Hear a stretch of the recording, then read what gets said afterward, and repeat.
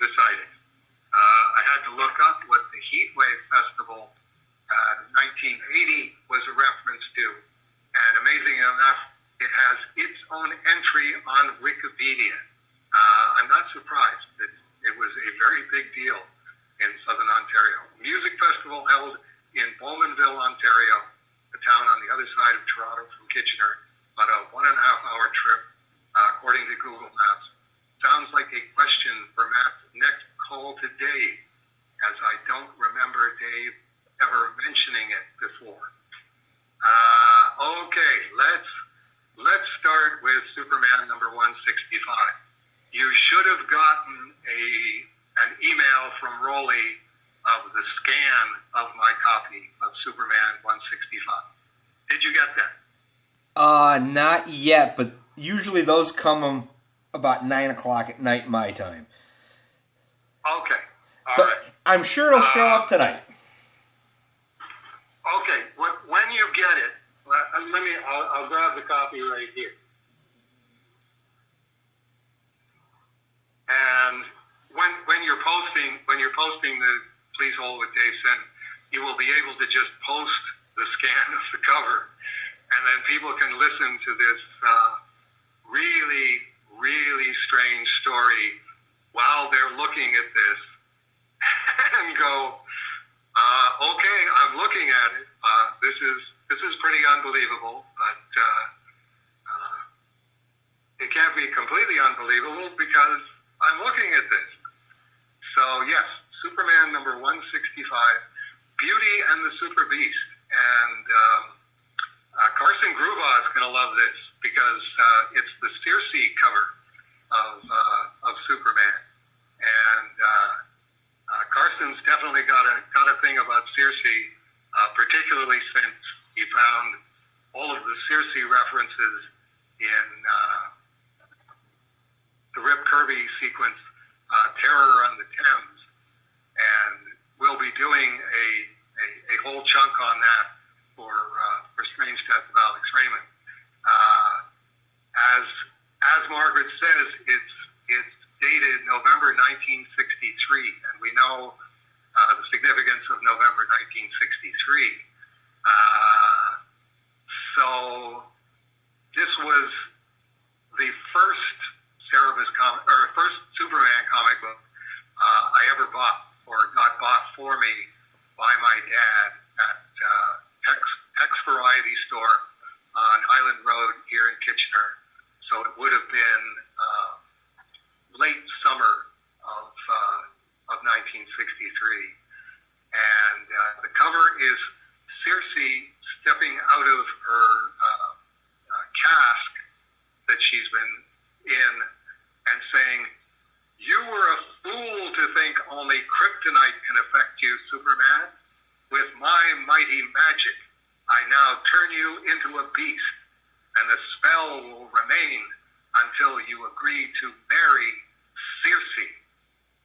It's like, okay, but Mort Weisinger was all over the map on this stuff, and it's, okay, 1963 was a whole different time period, and it was a specific Superman family time period. So anyway, this copy that's scanned, this isn't my original copy. That was gone a long time ago, but I was somewhere in a used bookstore or something like that, and they had old comic books, and I went, oh, it's Superman 165. It's in really bad condition, but it's Superman number 165, which has this amazing sentimental attachment to it for me. So I'll buy this. Okay, flash forward to 1979, which is why this is listed in 1979 and why it's at the top of the list. The list that Margaret is looking at is significant, life-changing, mind-changing, was how I look at it at the time. Soul-changing is how I look at it now. Events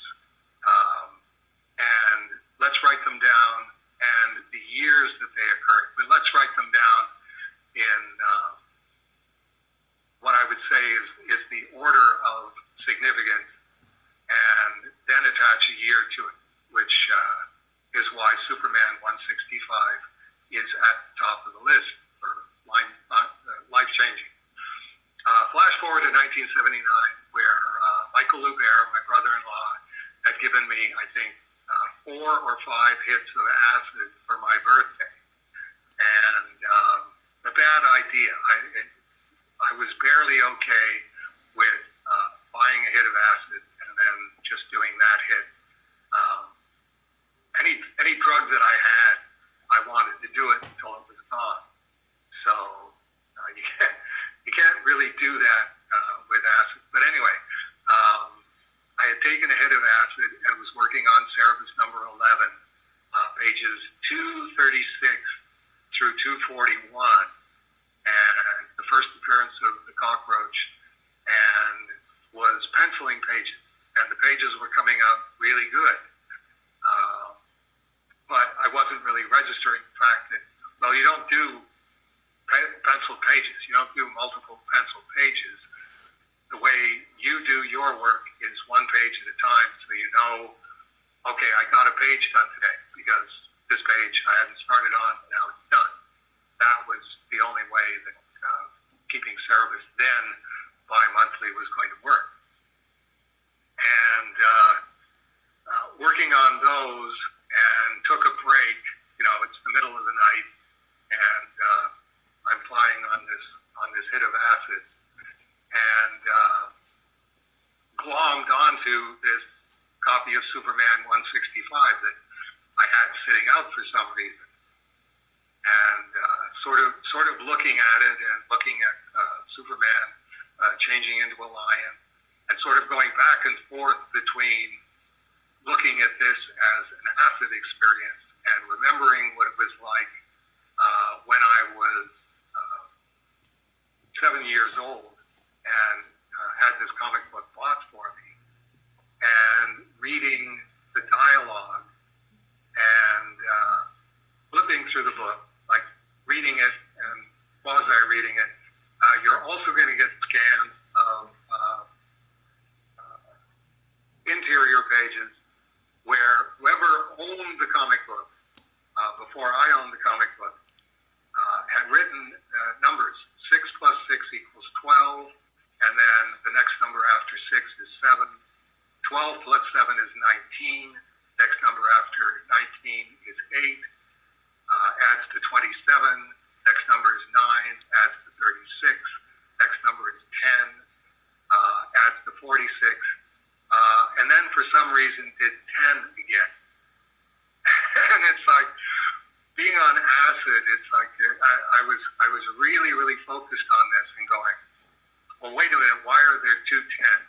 I won't go any more elaborate on that, but it was, no, it's definitely in a child's handwriting, but it's,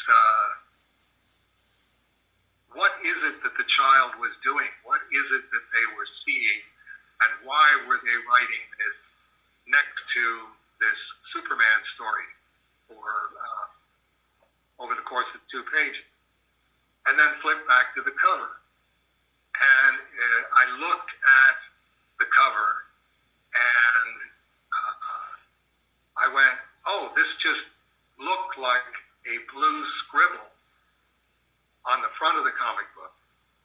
But I can see now, with my sharper focus, and my focus is like incredibly intense at this point, and I'm going, oh, it's actually an M and an A in the blue ink, M-A. And I'm going, whoever owned it wrote the first half of Magic, M-A, and was anticipating that at some point someone was going to figure this out and write the GIC. And I thought, well, okay, I'll do that.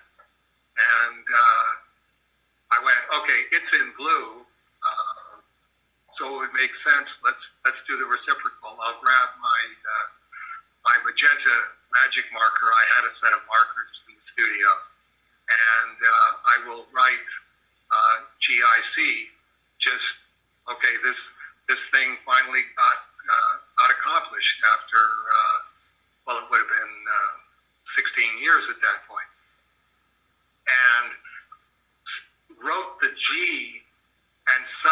felt this massive presence take over my body and my mind.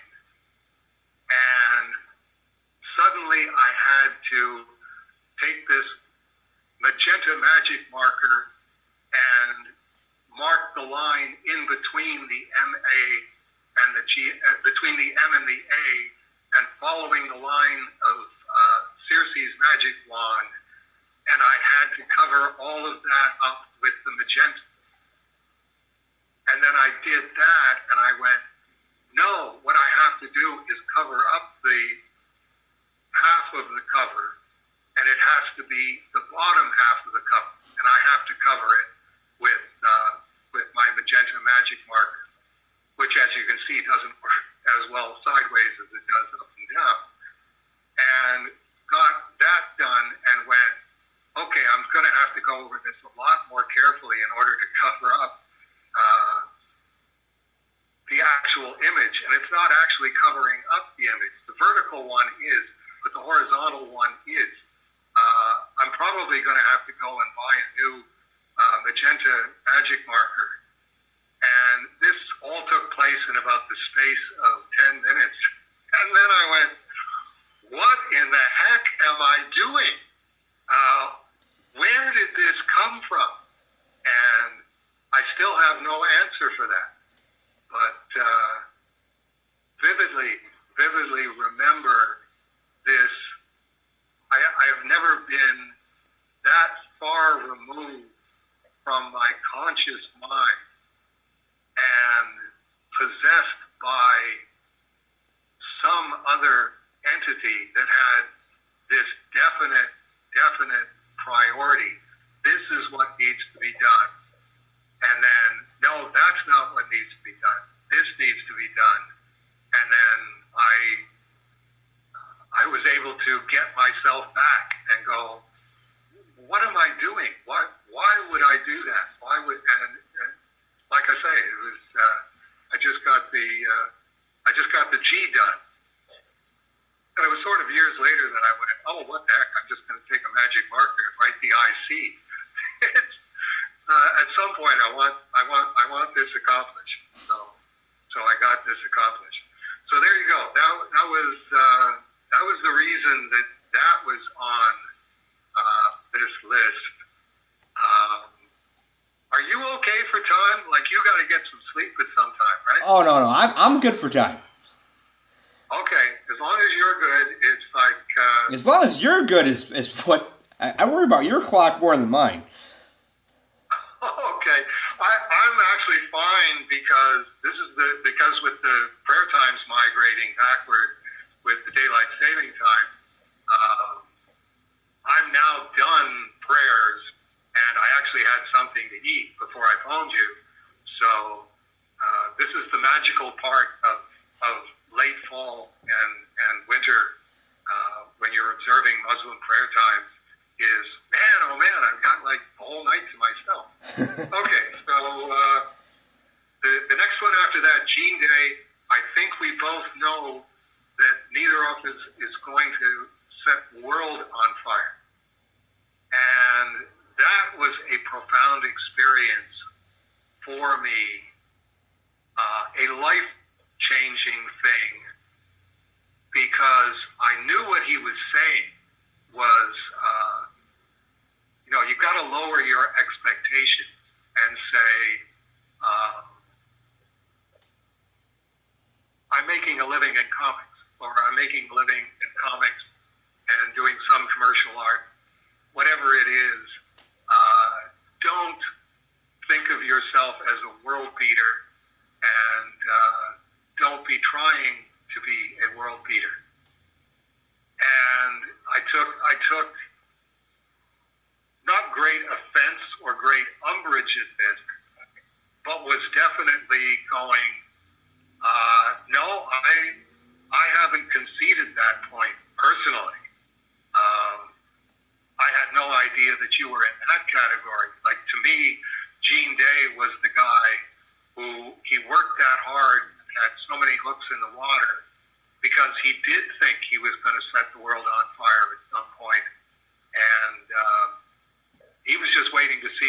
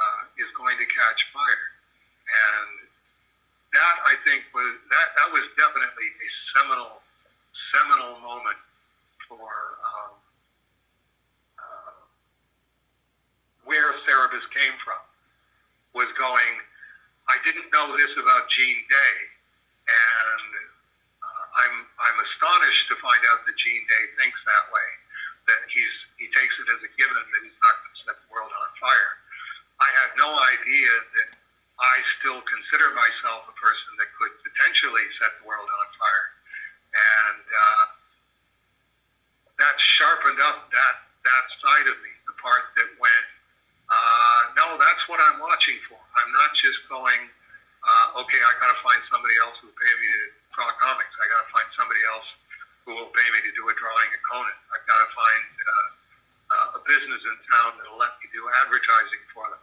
No, I was going to do all of those, but I was always looking for Cerebus from that moment.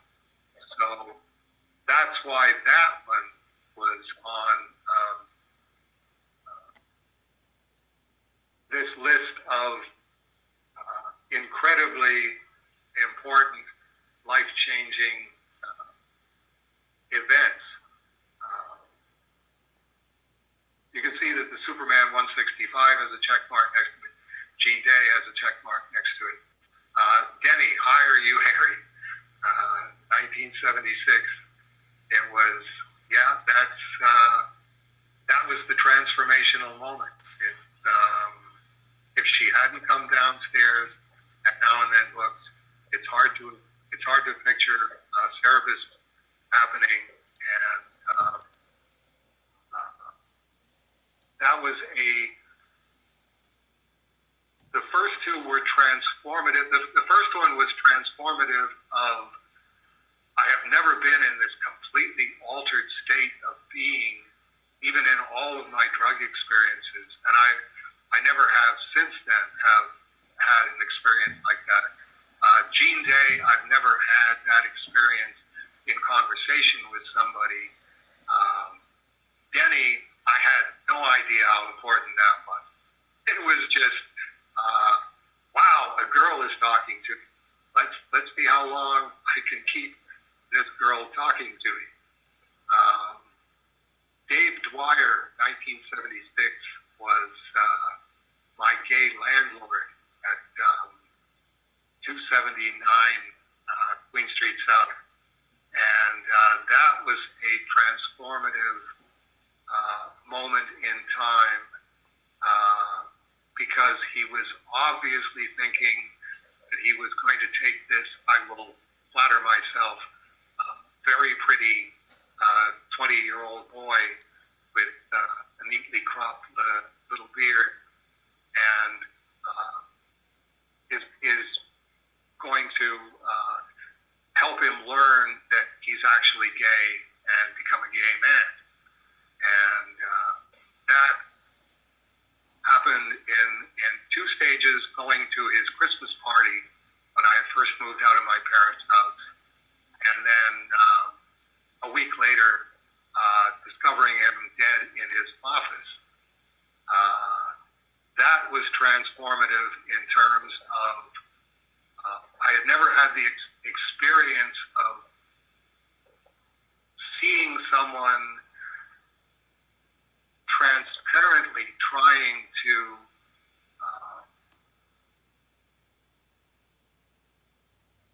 transform me into somebody that I absolutely wasn't, and being 100% confident that that was what he was going to do, and then being the first dead person that I ever saw outside of a funeral home, where somebody said, came to my door and said, do you know the guy in the office around the side? I said, yeah, Dave Dwyer. And they said, I think he's dead. And it's like, dead? No, I was just at his Christmas party last night. Go around the side of the house. And, yeah, Dave, try and shake him. And when I actually touched him to try and wake him up, I thought he was just dozing at his desk. When I touched him, I got these two electrical flashes through my wrist, and I definitely noticed that as okay, I've never had something happen like that before, and I have no idea what that is, and it's very weird that it would happen in this situation. So that's why that's number 4 on the list. Heatwave Festival, 1980. That was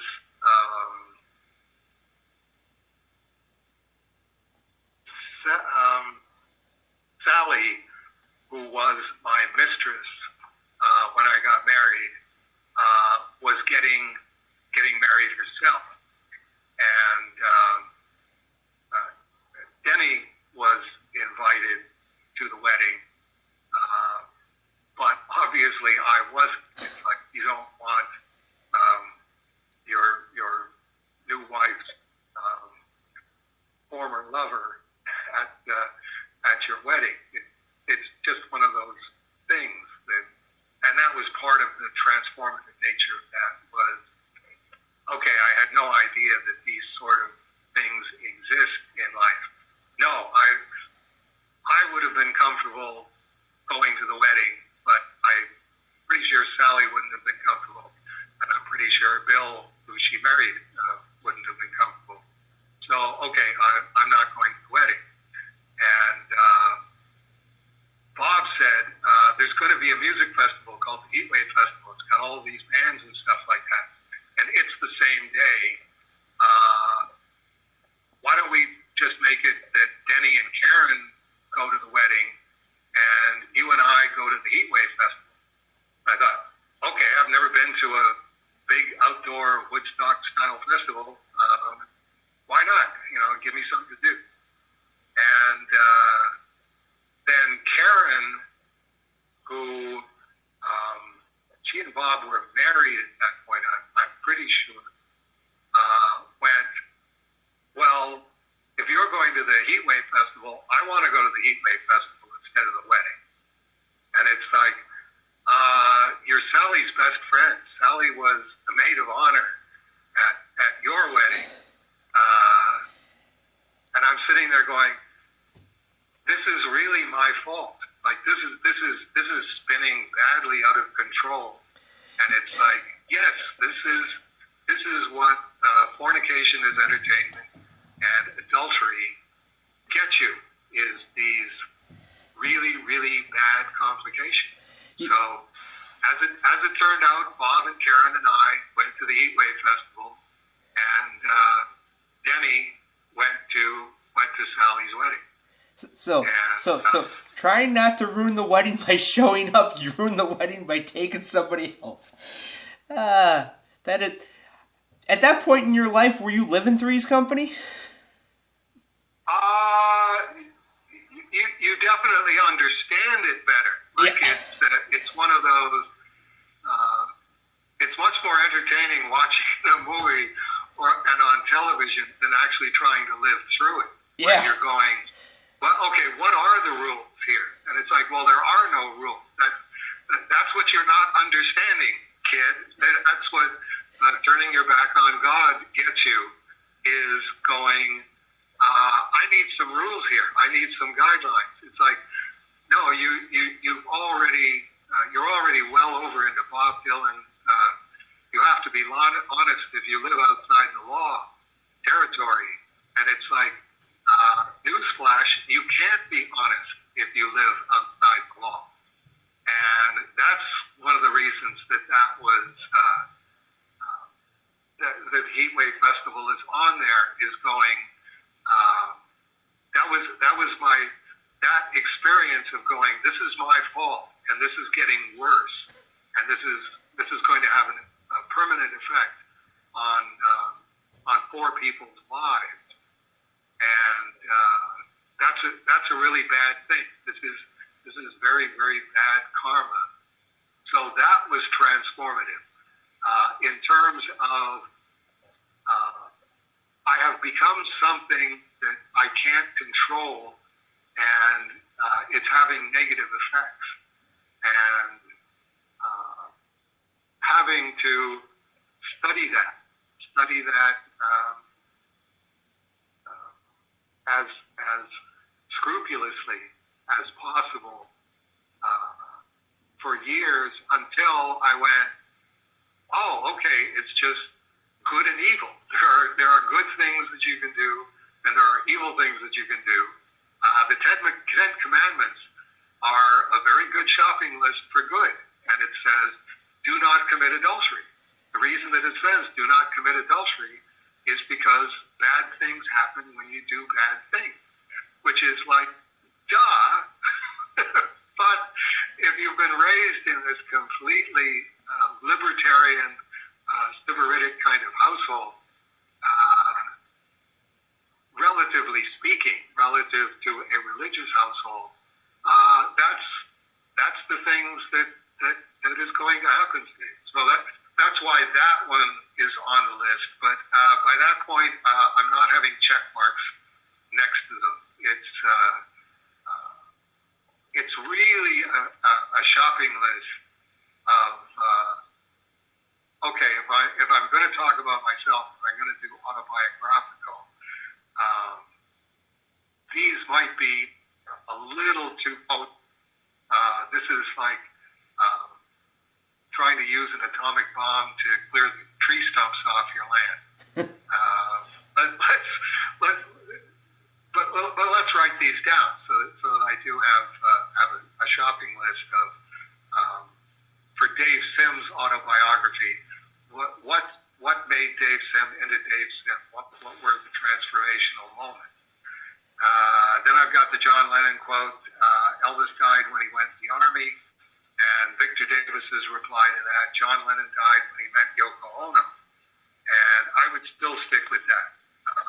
And that was a transformative moment of going to the same extent that John Lennon looked very vulgar and very insensitive and not deferential, and all of those bad things, saying when he was told that Elvis had died. Elvis died when he went in the Army. That's the same situation that Victor Davis and Dave Sim were in, saying when John Lennon died when he met Yoko Ono. Another transformative thing of you can transform yourself and transform general reality by just being the only person to say what you think is the best factual assessment of a situation that puts you at odds with everybody else. So that was a transformational moment. Excellent. Pedophilia. Okay. And I wrote 1969, 1970, 1971. Now, that was two incidents, and I'm not sure what year it was. Those are the 3 years that it possibly could be, 1969, 1970, 1971, where Stephen Dick, who and that's, boy, you want to talk about a comic art metaphysics resonant name, Stephen Dick, who was my closest friend and about my only friend, 1969, 1970, 71. And his middle name was Ernest. Stephen Ernest Dick. You couldn't make that up. He's 4 days older than me. May 13th, 1956. And we were both babysitters. And that was a new situation. That was something that happened at the same time that feminism was starting to happen. Girls were babysitters. Boys were not babysitters.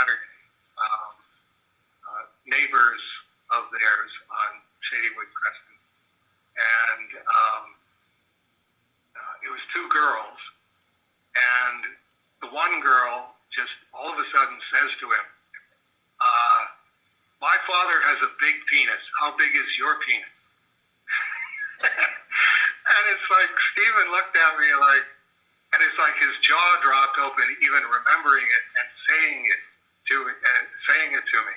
And it was a weird friendship that we had, because Stephen was from a very strict religious family, strict Baptist, and I was, of course, a complete atheist. So we never had a shortage of things to talk about. But this question being posed to him had obviously flummoxed him, and I don't even remember where the conversation went from there. Like, I think he just changed the subject, and okay, let's not talk about that. But me being an atheist and coming from a far more Sybaritic kind of family, certainly relative to Stephen's family, by 1969, it's like my father wasn't hiding his Playboy magazine. Like, if he had a Playboy magazine, he had a Playboy magazine. The boy wants to look at Playboy magazine, that's up to him, which now I don't agree with. No, a 13-year-old shouldn't be deciding, I want to look at Playboy magazine, and actually I want to spend a lot more time in the washroom than I used to. So looking at that, I went, okay, I think there's kind of a legal obligation on Stephen's part to, and I was going, is this a father molesting his daughters, and he needs to be reported, because that's one of the even at the age of 13, like I say, coming from this Sybaritic, ultra liberal kind of environment, I knew that one of the signs of incest molestation is too much of an interest and too much of a focus on things having to do with sexuality and genitalia, way out of the child's experience. So it's like, part of me was thinking, and it's like, I don't know if I want to have this conversation with Stephen, because obviously he decided, let's just change the subject, and that's what we're going to do here. But I was thinking, if he even said to the little girl, when you saw your father's penis, was it hanging down, or was it sticking straight up? And it's like I'm going, okay, what's the legal culpability there?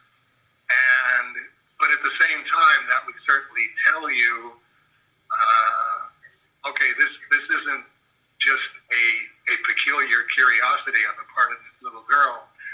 This child is being abused by her father, and I have to report that. And I'm only 13 years old. That was the next question was, okay, who does he report that to? Do you go and tell your parents? Do you tell the father and mother when they get home from wherever they are? Your daughter asked me this. How dicey does that situation get in terms of, I don't want you having conversations with my daughter about that. Well, believe me, I didn't initiate the conversation, and then I'm going, in order to have that, I didn't initiate the conversation. You can't continue the conversation. So that was, that's on the list because of this was the first time that I realized, I looked at transformational situations where, okay, you don't know what that is, but it could be any number of completely nondescript things or something really, really evil. And if it's really, really evil, you're kind of obligated to do something about it. I wouldn't have thought of it as evil. I would have thought of it as illegal. Somebody where that's happening should be reported. And then shortly thereafter, which is again why it's 1969, 70, 71, I don't know which one it was, Craig Dawson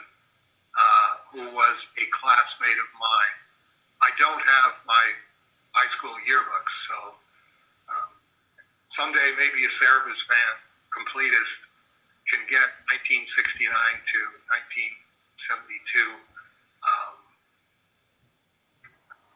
Forest Heights Collegiate yearbooks, and will be able to establish, okay, when was I in a class with Stephen Dick and with Craig Dawson? And Craig Dawson was talking about having had sex, and having had sex with what was pretty clearly a woman, not a fellow classmate, but a woman. And me, again, you know, the 13-year-old who had read Hugh Hefner's Playboy philosophy and a good chunk of Playboy magazine, talking about all of this stuff, going, well, okay, that's illegal. Like, or is that illegal? This was early enough where molestation was just something that happened with little girls, as far as we knew. I mean, we didn't have any clear grasp of the fact that there's homosexual pedophiles and there's heterosexual pedophiles, with all of the implications of that. So, as much, and this happened like hard on the heels of Stephen telling me about his experience, and me essentially washing my hands of it, going, well, okay, he changed the subject. He's a nice Baptist kid. Just stay completely away from this. It's none of my business. That wasn't the situation with Craig Dawson, because I'm going, well, what is the situation with that? Can an older woman have sex with a 13-year-old boy legally? And it's like, my reaction was, like, I hope so. This was a couple of years after The Graduate had come up, and all of us 13-year-old boys were looking around for our Mrs. Robinson. How many of these are there? And how do you get one that just says, yeah, okay, I'll be your sex toy? And it's like, no, we know now. No, that's molestation and child abuse on both sides. That's why it's called statutory rape.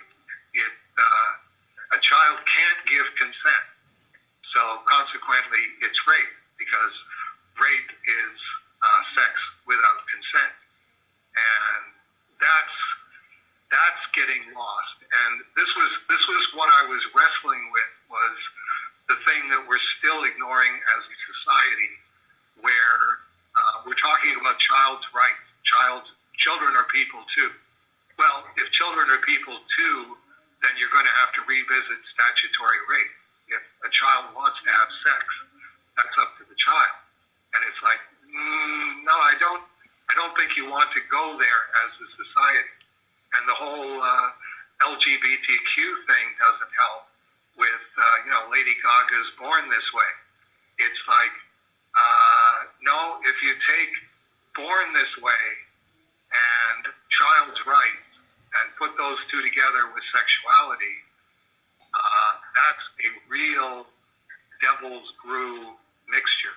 You don't want to go anywhere near that. So that those two things happening that close together when I was 13, 14, or 15, and I don't know which it was, grade 9, grade 10, and grade 11, the first time through grade 11. That was seriously transformational. Comic-Con 1972 was transformational in that was the first time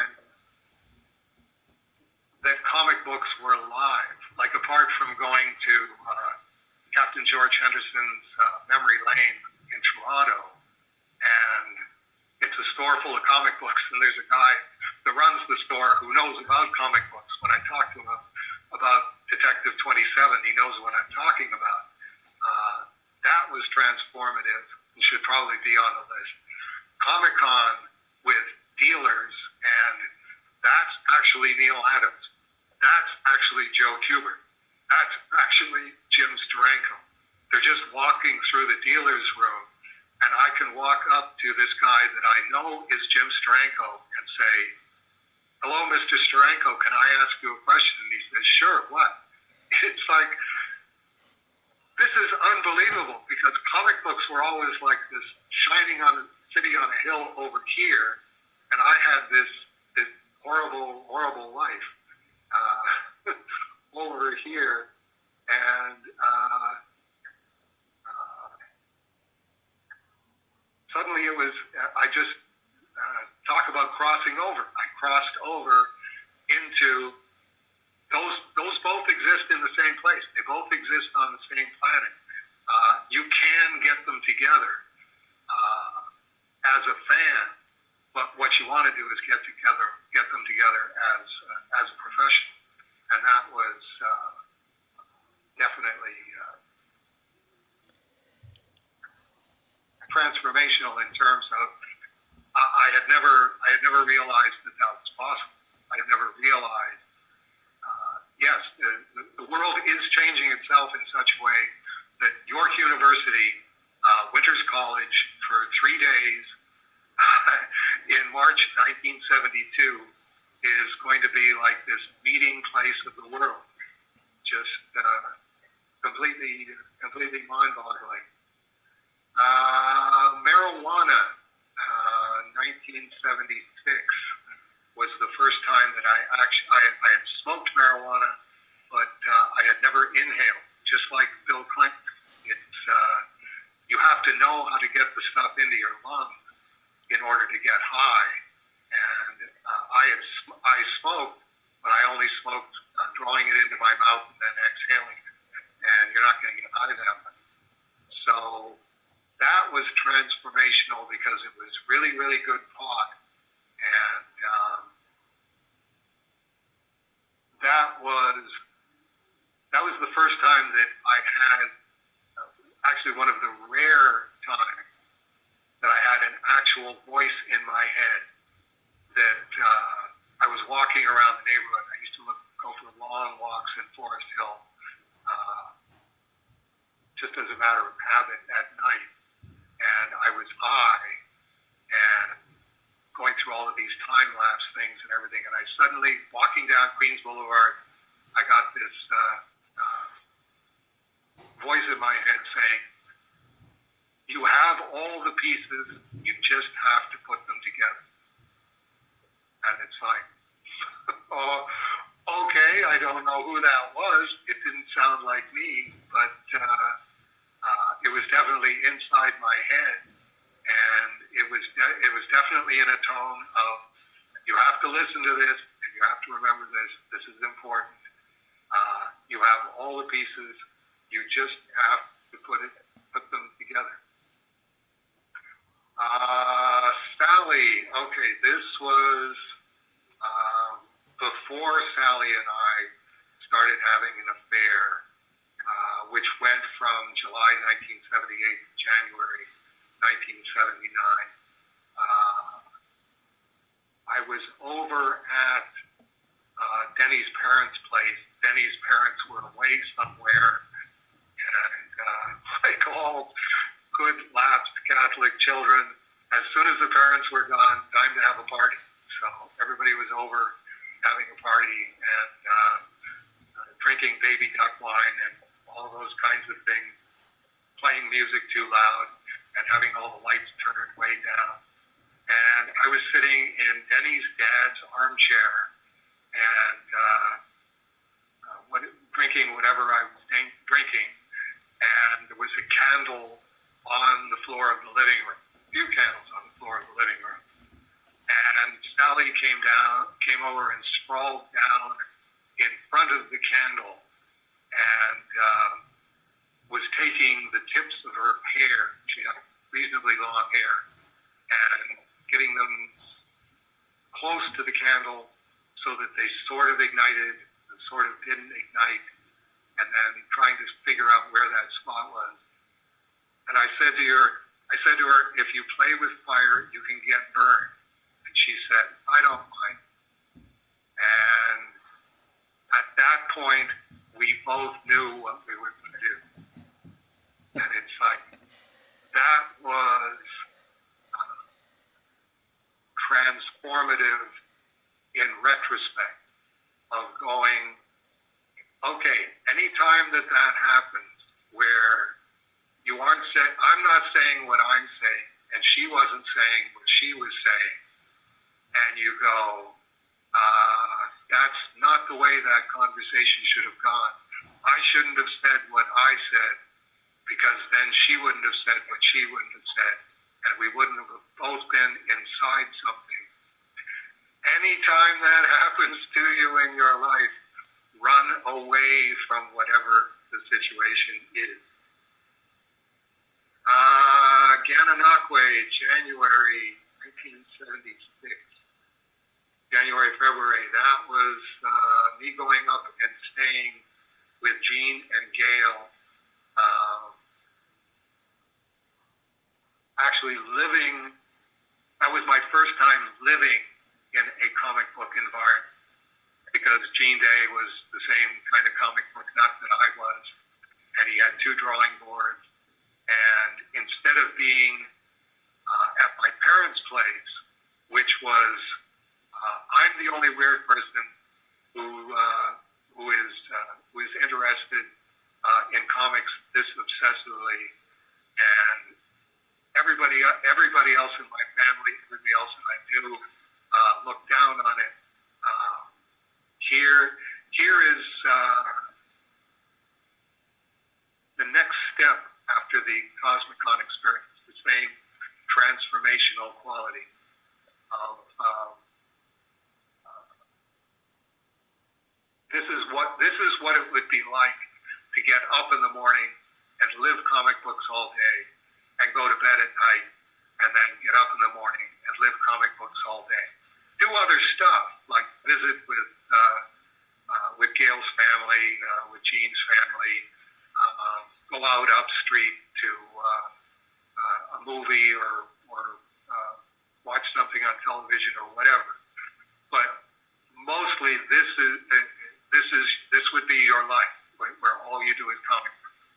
And that was definitely what I wanted. And as soon as I got it, I've never let go of it. That's what my life consists of. I get up in the morning, and everything that I do is oriented towards comic books, with minor intermittent exceptions. And then I go to bed, and I know the moment I get up the next day, it's going to be all comic books. Okay, I skipped one of those. Christmas present cardboard boxes. We're going to leave that for next time. We left David Birdsong for next time, so we'll leave that one from next time. That's an interesting and especially complicated story, but I'll be happy to tell it and why that was transformational. So thank you, Margaret, for finding that page. That there's very few pages in the notebooks that I remember consciously, and that was a page where I went, you know, if I ever did write my autobiography, not just I will do a fictional proxy as I did in Reeds, and let's put this stuff in order. That would be a very good list to go back to, because that would tell me exactly not only what those seminal events were, but where they were in the pecking order in my mind back in the atheist day. So then I started thinking, does that even exist, or am I just picturing that I did that? No, I'm pretty sure that I did that, because I remember some of the stuff that's on the list, but not all of the stuff that's on the list. Okay, where are we now? We are at 9:43. So that's as long as anybody should have to hold for Dave Sim. We gotta let go for Dave Sim now. Well, we got one more thing we got to talk about real quick, which is sure, no problem. Which is Hermann. Hermann, okay. Hermann is sent to Marquee. It's at the printers. There's no way we can change the book, correct? Keep going with that. Well, Birdsong or Ben Hobbs sent out the final proof, and we all went through it one last time. He's like, okay, it's going in tonight because they wanted it that day, and that was like 2 days ago, I think. Right. Okay, now that we can't change the book, I can tell you why this is probably my favoriteest issue of Cerebus in Hell ever. Okay, there's a teaser. We should actually do, and we'll tell you next month on, please. But no, I want to know. Okay. I want to know. So, it's in the preview, so this isn't a spoiler yet, but there's the secret history of the Bronze Age Hermann, Mr. H. And right. We teased this. So anybody listening right now will be like, oh, okay. Where the spoiler comes in, so if you want to stop now because you don't want it spoiled and you want to wait till next month, now's the time to stop. Good night, everybody. But for everybody who wants to brave through, Dave mashed all of our names together for the secret history because it's kind of a twisted history. I'm not going to explain why. But the point is that Mr. H was created by Manly Matt Birdsong and Bashful Benjamin Dow. And that is my favoriteest line ever because I have a sibling. I have an older brother. His name is Benjamin. No way. And from now on, his name is Bashful Benjamin. I showed him the first proof, which still had a few things that had to get added to it, like the apostrophe on Bashful Benjamin Dow, and it's Bashful Benjamin Dow with an S because the apostrophe was missing. And we fixed that.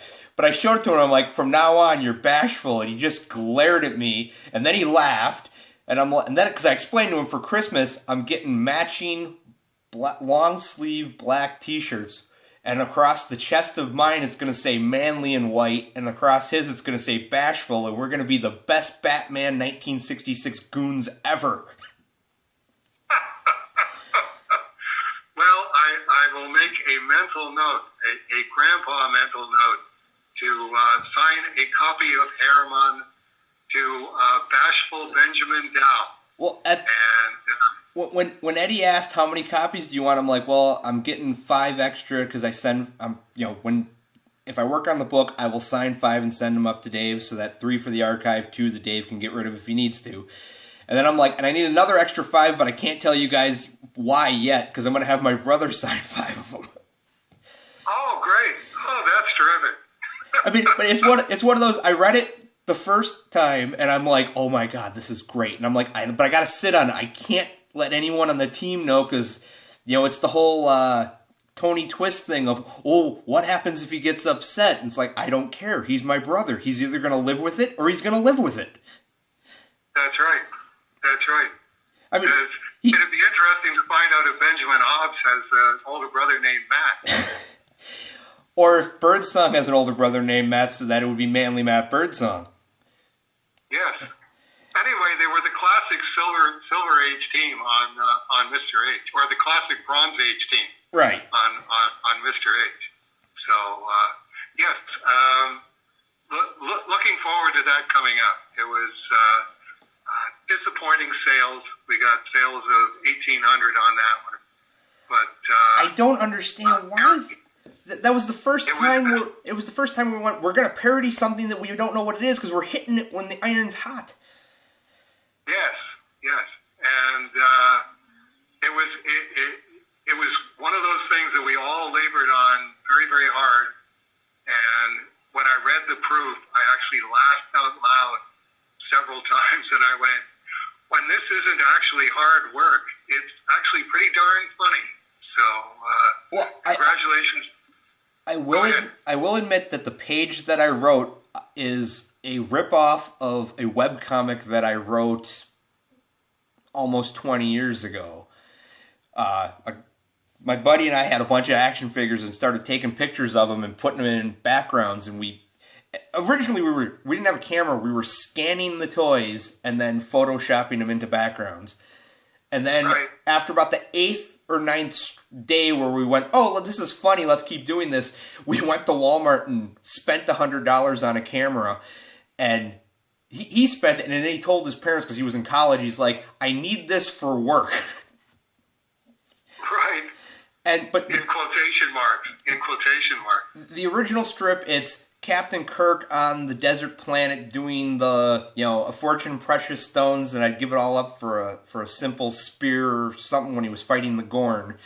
And in the last panel, it's somebody going, it's pulled back, and it's the background, and a sign saying, you can reenact Kirk, and somebody saying, hey, Shatner, or hey, T.J. Hooker, move aside. And when I got to we're going to do Hermann, I'm like, okay, we have to make fun of the whole Hermann's journal and the actual Rorschach's journal about, the city's full of filth type thing. And I'm like, this joke, I'm stealing from myself, so it's okay. I can't sue myself, right? I don't know. If anybody could, I think you could. Well, it's kind of like the time that John Fogerty got sued by his brothers because one of his songs sounded like a Creedence song that he wrote, and he had to go to court with a guitar and play both songs to show the jury the difference. And he won the case, but the fact was he was accused of plagiarizing himself, and I'm going, only in this world. This is what we need the courts for, is ridiculous things like that. You wouldn't have that happen outside of a court of law. Well, and okay. Now it's time for everybody to go home. Okay. I'm going to go say hi to Paula and Janice and Natasha for me. Will do. And we will do this again next month, picking up with the Christmas box. Sounds good. We'll see you then, Matt. Yep. Talk to you then, Dave. Bye-bye. Bye.